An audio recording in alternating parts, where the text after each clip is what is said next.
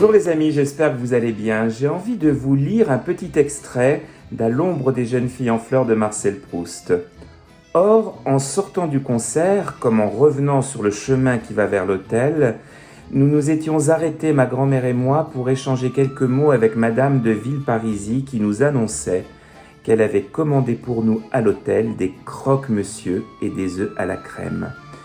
Eh bien, j'ai envie de vous proposer aujourd'hui sur Edonné la recette du croque-monsieur, vraiment l'emblème de nos bistrots parisiens, un plat gourmand, facile à réaliser, idéal pour une petite soirée télé ou série. En ce moment, il y a pas mal de trucs à voir.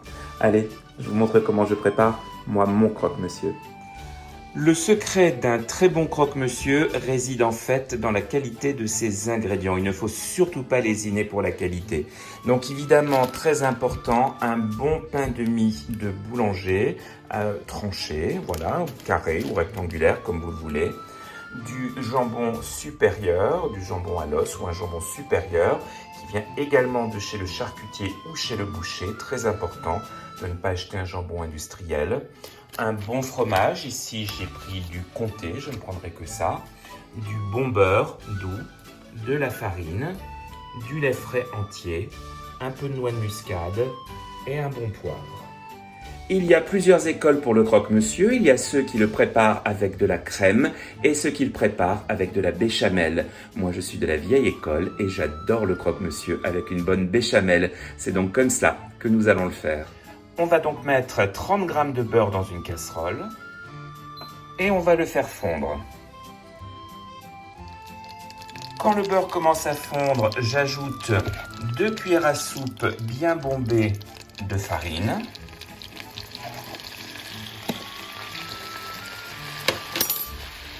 Je mélange bien pour préparer le roux.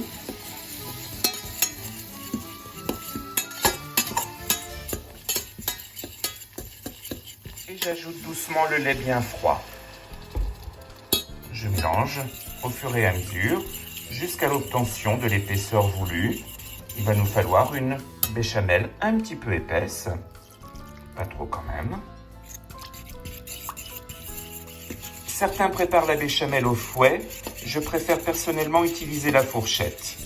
On contrôle mieux l'évolution de la sauce. Voilà, elle est prête à peu près. Je bats encore un petit peu pour retirer les éventuels grumeaux. Et pour vous donner un ordre de grandeur, j'ai utilisé environ un quart de litre de lait frais, de lait entier bien sûr. Voilà, on la réserve pour le moment. Je vais maintenant râper environ 30 g de comté et j'ajoute ce comté râpé à la béchamel et je mélange bien.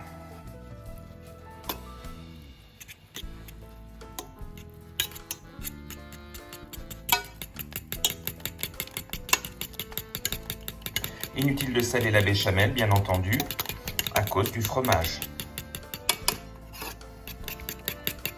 Je poivre généreusement la béchamel avec du poivre du moulin.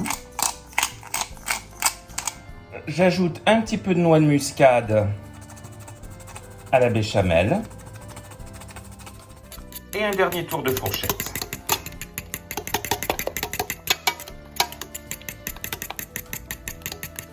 Je préchauffe mon four à 220 degrés.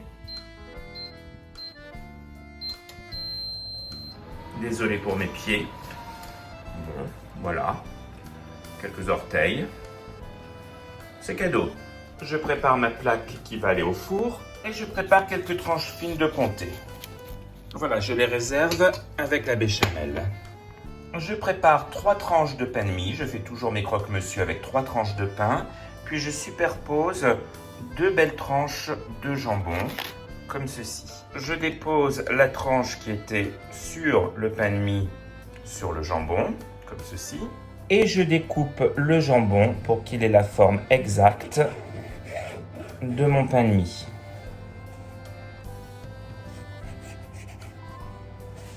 Vous demandez des tranches, soit des tranches épaisses, soit des tranches plus fines. C'est au goût en fait. Moi j'aime bien un jambon un peu plus épais pour le croque-monsieur. Voilà, j'ai donc 2 tranches de jambon, comme ceci, que je réserve pour le moment. Je découpe l'entame en petits morceaux. Et maintenant, je toaste mes 3 tranches de pain de mie pour que le pain ait une belle tenue quand il sera au four. Voilà, les toasts sont prêts.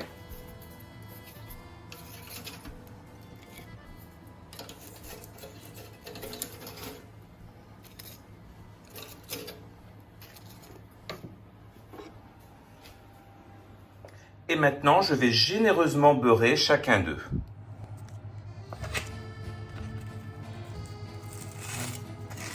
Donc vraiment, on tartine le beurre copieusement sur chaque toast. Et on répartit bien le beurre sur toute la surface du toast. Ici, j'ai un magnifique beurre bordier, très frais, facile à tartiner parce qu'évidemment, vous l'aurez sorti du réfrigérateur à l'avance. C'est gourmand le croque-monsieur, hein, c'est pas régime. Mais bon, c'est ce qu'il faut, comme dirait l'autre. Voilà. Et maintenant sur le beurre, on va ajouter une belle quantité de béchamel, environ une demi-cuillère à soupe sur chacun des 3 toasts.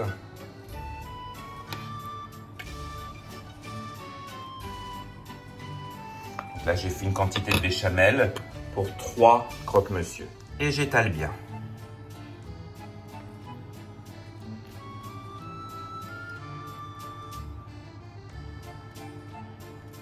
Et maintenant, il ne reste plus qu'à monter le croque-monsieur. Donc je dépose un premier toast sur la plaque de cuisson. J'ajoute la tranche carrée de jambon, qui dépasse un peu parce que mon toast a rétréci, mais c'est pas bien grave. Je mets 3 belles tranches de comté.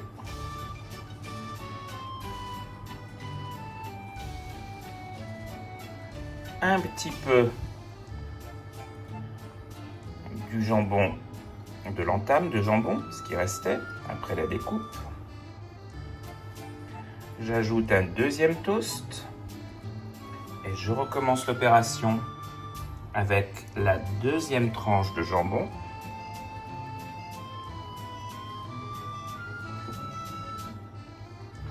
Un petit peu de comté.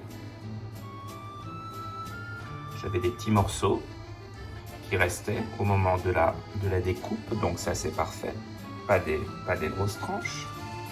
J'ajoute le dernier toast par-dessus et finalement 3 belles lamelles de comté. Le four est prêt, je vais enfourner pour environ 10 minutes à 220 degrés. Pendant que le croque-monsieur cuit au four, je prépare mon assiette de présentation. Alors pour se donner bonne conscience, je sers le croque-monsieur avec quelques pousses d'épinards frais agrémentés de quelques feuilles de coriandre fraîche. Si vous n'aimez pas la coriandre, vous n'en mettez pas naturellement. Je ne vais pas mettre de vinaigrette puisqu'il y aura déjà suffisamment de matière grasse avec le croque-monsieur. Sur ma salade, j'ajoute simplement une petite goutte de vinaigre de framboise pour donner une petite pointe d'acidité et de gourmandise. Au bout de 8 minutes de cuisson, je passe aux grilles. Voilà, pour bien faire gratiner le fromage. Et voilà les amis, notre croque-monsieur est prêt. On peut le dresser sur la table, enfin dans l'assiette avant de le mettre sur la table. Regardez ce beau croque-monsieur bien généreux les amis. On va goûter ça et se régaler parce que voilà, c'est quand même un plat réconfort par excellence. Alors, j'ai envie quand même de goûter une belle bouchée. Je risque de me brûler, mais bon, c'est pas bien grave, regardez ça. Comme c'est beau et copieux.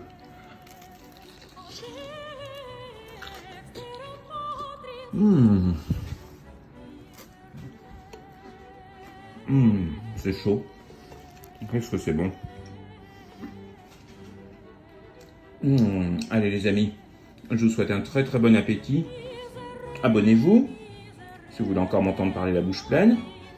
Et puis, à très bientôt sur Edonné. Salut!